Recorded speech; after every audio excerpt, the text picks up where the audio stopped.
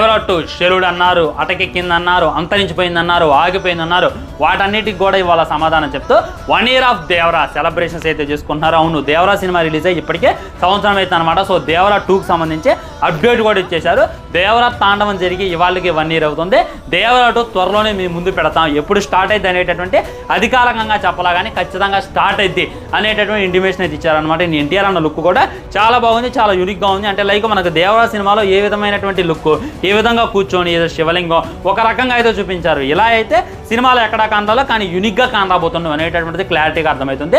And చాలా మంది అన్నారు కదా వాళ్ళందరికీ కూడా రాడ్డు దిగినట్టే అనేటటువంటిది ఇంకా క్లారిటీగా అర్థమవుతుంది. ఆల్రెడీ నేను మీకు చెప్పా, దేవ అనేటటువంటిది నార్మల్గా ఉంది, వర అనేటటువంటిది రెడ్ కలర్లో ఉంది. సో ఈసారి మొత్తం వరదే, ఈసారి మొత్తం తన కొడుకుదే. తన కొడుకు చూసుకున్నట్లయితే చాలా రూత్లెస్గా, చాలా క్రూయల్గా కనపడతాడు.